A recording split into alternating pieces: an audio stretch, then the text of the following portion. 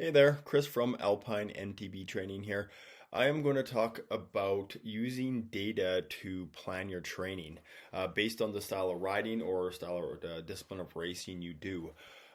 One thing is it's not common for mountain bikers to have power meters while they ride on their mountain bike. They frequently on like through a smart trainer they'll have power, so they'll train in the winter with power, and this will go back to relying just on heart rate in the summer. It is quite beneficial to utilize power on your mountain bikes if you are really serious about your goals of whether it's racing or just getting faster and fitter. It is a very beneficial tool to have a power meter on your mountain bike. Well, I understand that not everybody's going to go down that rabbit hole of getting a power meter. I ride with a power meter to help myself monitor my own training and also learn more about how what I see just trends for myself when I ride, when I race, and can in general just help my clients better. Through that. So, anyways, I'm going to go over a couple of races I've done, an enduro race and an XC race, as well as look at a general trail ride, show you some generalities of what I see in the data, not going super in depth with all the different terms, but more just a general why certain types of riders should train certain ways and why I build programs a certain way. So here I got as an enduro race. So I did a 2-day enduro race. Actually, nope. Let me move back here. So this is the enduro race here. So what else you see here is I've labeled the transfers and the stages. So I'm using a site called intervals.icu, which is an absolutely amazing software if you do train with power and heart rate data to be able to analyze your training. So my goal of my strategy of the race was to stay in my zone 2, which is the low intensity endurance zone in the climbs. So I didn't use up too much energy trying to climb too fast and get the race done sooner when you ultimately just end up waiting at the start gate for each stage for quite a while actually. So trying to go hard on the climb is actually just going to use up energy you could be using in the stage. So you see this first day had 2 transfers, and you'll see them right here. So what I'm going to look at mostly is the 30 seconds per hour and the heart rate zones here. These two columns near the bottom because they color coded them so I can easily see which zones I was in. The first transfer, I was fresh, and honestly, I did push a little hard, keeping up with the group I was riding with. I got a little bit high. You can see some yellow and orange getting into zone 3 and 4. Not ideal, but it didn't affect me too bad. And you can see the second stage bang on in all green. It was a big, long climb, so it was quite. I was able to manage my energy very well there. So having seen this, you generally gravity racer, especially enduro, should be training low intensity endurance quite a bit because you need to maximize that endurance so they can complete these long climbs and not use up a lot of energy on the climbs.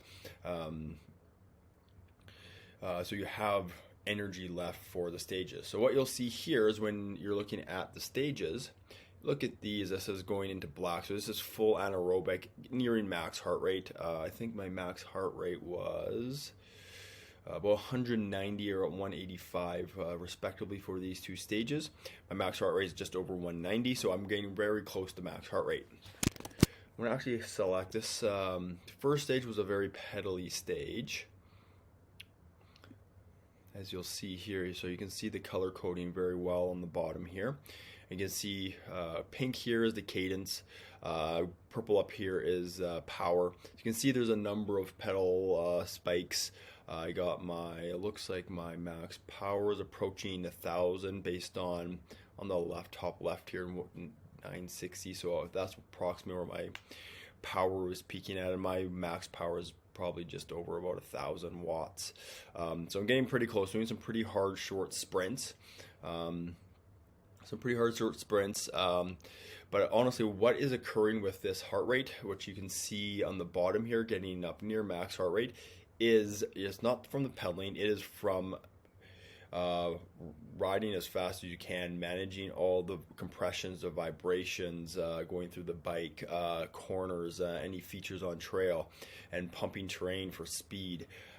So it is very important for a gravity rider to be able to move their body and be able to have the capacity to work at a very high workload. So this can be trained somewhat by pedaling, by doing sprint intervals and VO2 max intervals, but it also should be done using body weight or light resistance with dumbbell or barbells. I call these are commonly called metcons or metabolic conditioning, which is really you're going into your anaerobic energy system and you're trying to continue resisting fatigue and perform whether it's exercises and keep moving for longer at that high rate of energy.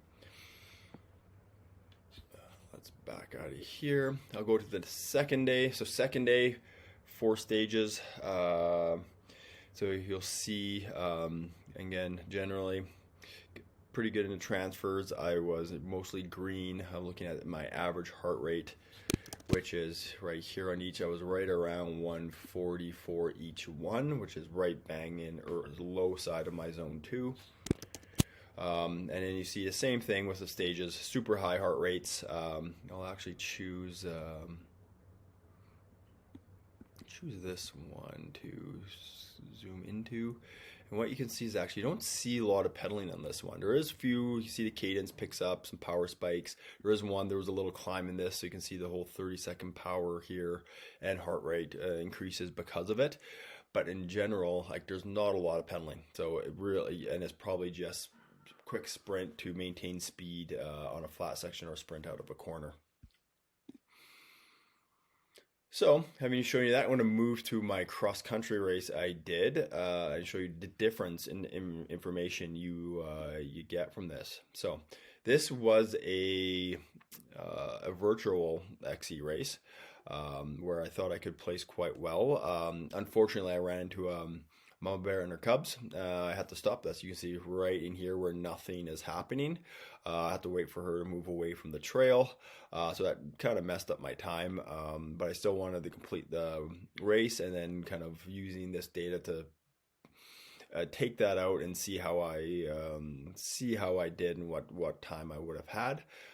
So you can see at the start is you see like the first significant climb. You see a lot of orange, some red, and into the purple, which is getting into anaerobic. Honestly, I did not pace myself as well. I think I went a little bit harder in a few spots than I should have because considering how at time I thought I needed to be competitive, I was very, very close to being near the top in this time. So I think I was going a little hard for it. But it shows, if any, whether it's a Marathon XC or even XCO, you need to be able to hold a threshold, which is your FDP, which is commonly tested, which is theoretically how long you can hold a power you can hold for about an hour. So you need to have that quite high. You need to train it to be able to hold it as long as you can so you don't have periods where you blow up.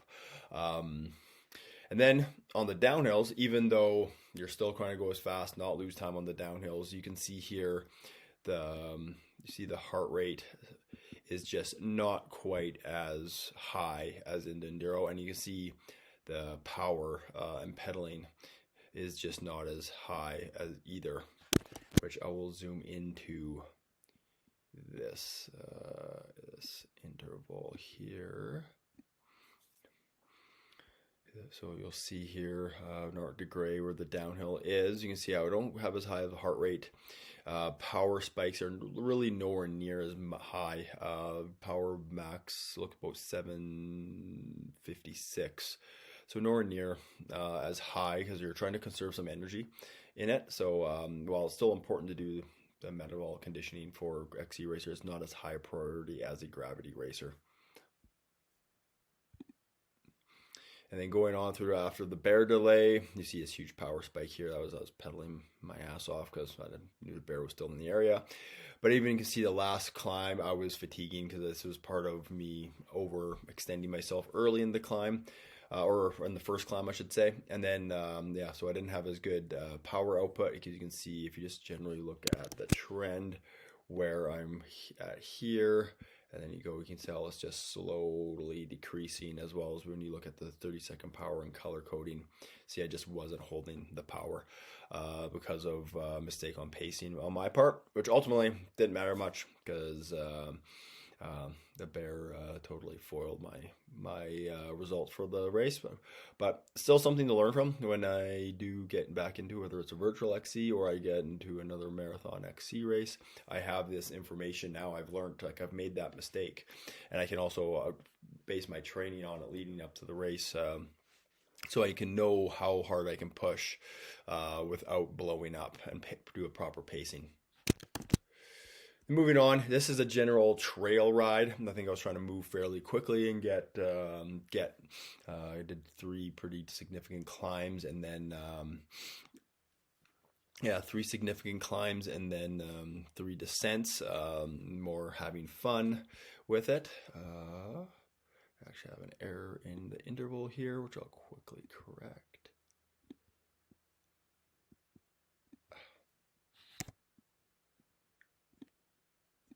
Yeah, so what you'll see here with you can see the climbs, some green, yellow, some orange as I fatigue it a little bit later in the climb. You can see all the middle one here, similar to the third one. I remember this one I was getting pretty tired because I was pushing relatively hard on the climbs, so I ended up slowing down on the last climb just so I didn't blow myself up too much. So you can see how it's a lot of mix, like a lot of up and down. If you watch the curve of the heart rate and even with the power, how it's up and down, very unstructured, which is how most people ride, which is fine if you're just a general trail rider out having fun enjoying mountain biking.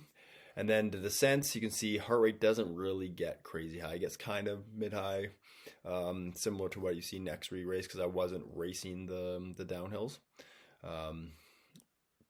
So what I use like this, for clients of mine who are more just in it, working with me for general fitness and general improve their trail riding, I do work in a wider range of intensities with them and trying to make them well-rounded, but also understanding somebody that doesn't have serious racing goals may not be able to commit the time that a serious racer is into their training. So it's great to do a lot of volume of low intensity and mix it up with the high intensity, but it takes quite a bit of time, and as well as quite a bit of time to recover from. So in general, working in a mixture of like the zone 2, zone 3, zone 4 with a little bit of higher end anaerobic VO2 max and anaerobic work really makes somebody a well-rounded athlete and can handle anything that kind of comes up with them on trail ride, because he might be riding with friends that are faster than them that you got to keep up with, so you got to push a little hard. But if you never haven't pushed that hard while they've trained to get in shape, they will blow up and will not have a fun ride. So if somebody does have that little bit of be able to build and move within the zones and has some training, that is how I generally approach somebody I would consider a trail rider, which I've also built a 12-week trail rider plan that is built based on a lot of this information, which is up for sale on my website right now, which I'll put in the comments, as well as I am just finishing up a gravity race or gravity rider training program for the riders that are interested in racing in gravity disciplines. That will be ready. I'm filming this mid-December 2022. That will be probably ready by the end of the month. I'm pretty stoked on this program. It is it's both, like, I'm aiming it at the avid recreational competitive racer.